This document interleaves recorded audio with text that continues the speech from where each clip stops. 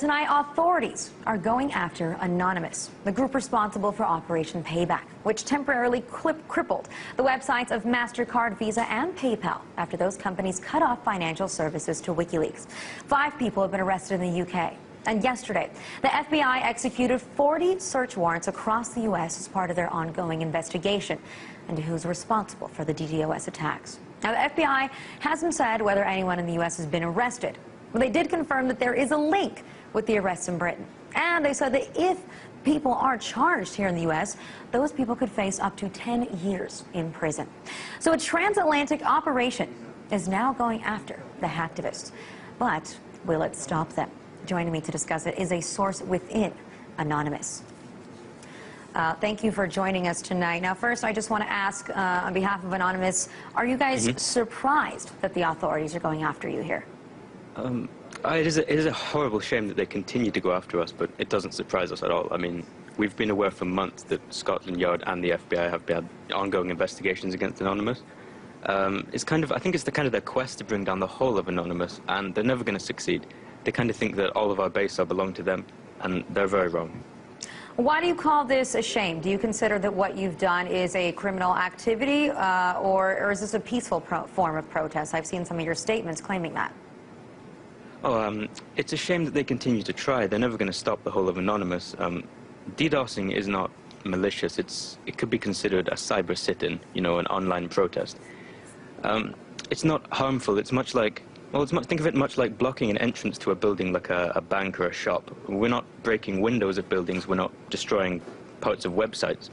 We're simply denying access to it. That's the point. Distributed denial of service attacks. It's just a protest, but online.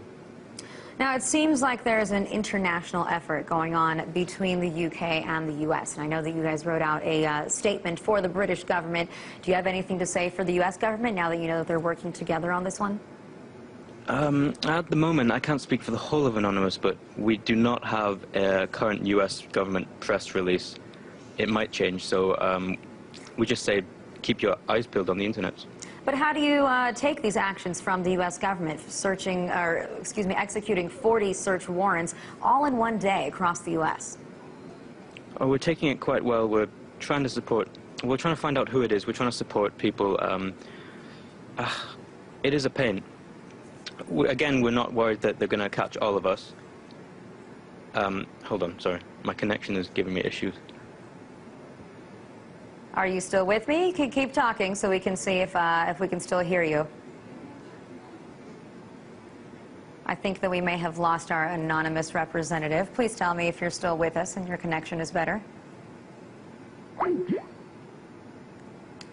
I think that we may have lost him there. I think we're trying to redial, but 40 search warrants, like I said, were served yesterday by the FBI across the U.S., and they said that they haven't yet arrested anybody, but these people could face up to 10 years in jail. Now, if you remember, we've spoken to officials from Anonymous, or representatives, excuse me, a number of times on this show, especially after the first time that they decided to go after the websites of MasterCard and Visa in response to WikiLeaks. And Anonymous also has come out recently in support of what's going on in Egypt. They say, they even wrote a letter saying that this is a warning to the Egyptian government. They are not about censorship. As you know, the Egyptian government, as we spoke tonight, shut down the internet. They also shut down all cell phone communications. And I think that we have our Anonymous official representative back now.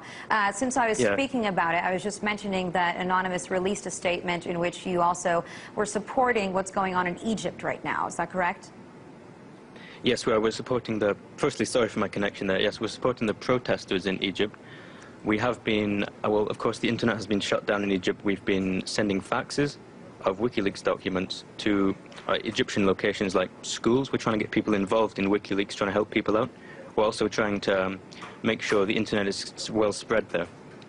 Most internet ISPs in Egypt have been shut down. There's still some dial-up going on that the government used, so we've been trying to help people with that too.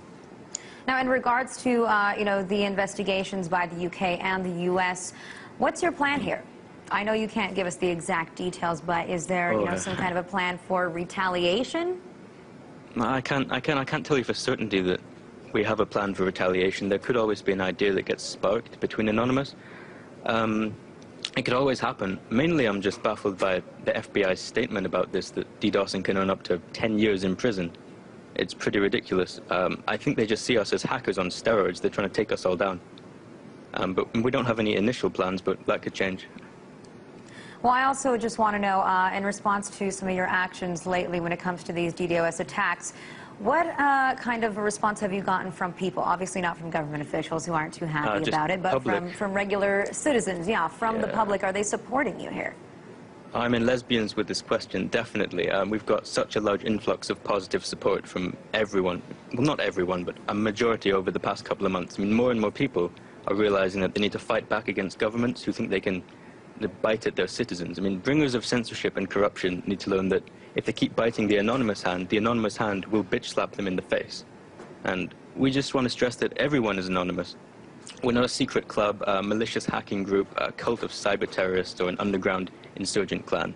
I mean, we're not contained within one IRC network, one image board, or one human generation. I mean, we're everyone and we are no one. We're the producers of your show, we're the people at home watching it, on YouTube or other televisions. And if you want to help out our cause, we have sites like anonnews.org and anonops.ru to get started. We have press releases, news sources, a forum, and a public IRC network that you can come on any time. We're never going to give you up. We're never going to let you down. I think that some of our producers here on the Alona Show might counter that statement, but thank you very much for joining us.